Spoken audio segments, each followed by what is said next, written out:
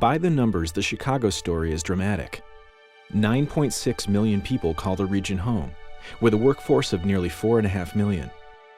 There are tens of thousands of businesses, including 400 major corporate headquarters and 1,500 foreign-owned firms. It's a hub to the world, joining together people and markets with non-stop flights to 60 international and 142 domestic destinations.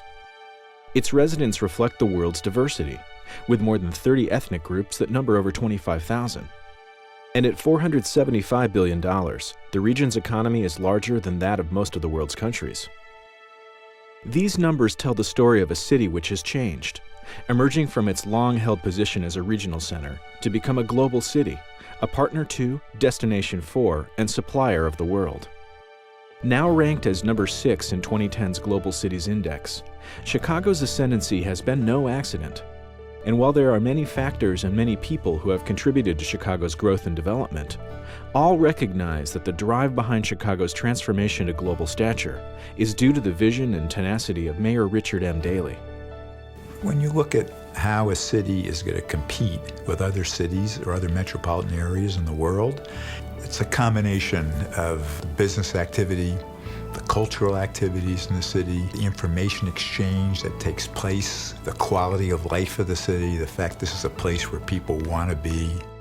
At a time when few pundits or politicians thought of cities in a positive light, Mayor Daley saw cities and their suburbs as the fundamental units of competition in a global economy, places with the cultural, intellectual, physical, and capital necessary for growth and innovation. Mayor Daley taught us that there's a competitive issue, that we shouldn't see ourselves in a competitive fight with other Midwestern cities. He sees our competitors of the future as people living in Beijing or London or Berlin. And so Mayor Daley invested in neighborhoods where people would want to stay, in a revitalized downtown where one could work, live, and play, in parks and in trees to provide beauty and respite, in museums, theaters, and music, and in education. Well, early on, he focused on the schools.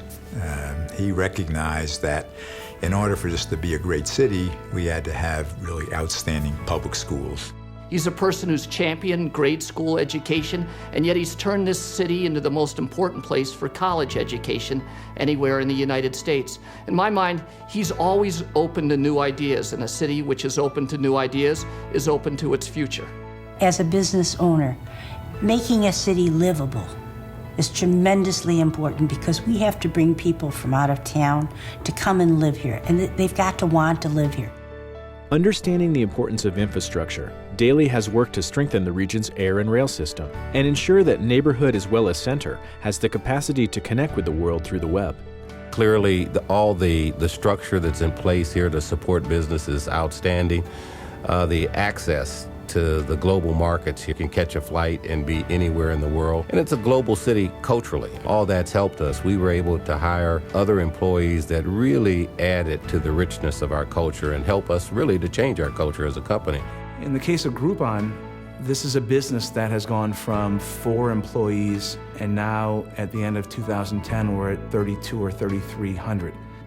Can you do that in many cities? No. Can you do that in Chicago? Uniquely, yes. With a profound sense of the importance of connection, the mayor brought together business, civic, and political leaders from the region to work together to garner investment and stimulate growth. Through World Business Chicago, the Mayor's Conference, Chicago's 28 sister cities, and the city's 79 consulates, Daley built stronger bonds across the region and the globe, leading trade delegations to dozens of places and bringing the ideas and leaders of the world to Chicago. We've become a global city and a global society. No place in the world is isolated from any of us, and what happens in one country affects all of us. Today, my customers are from different countries around the world. For us in Chicago that actually traveled with the mayor from time to time, it gave us the confidence that we could go outside and bring that business back.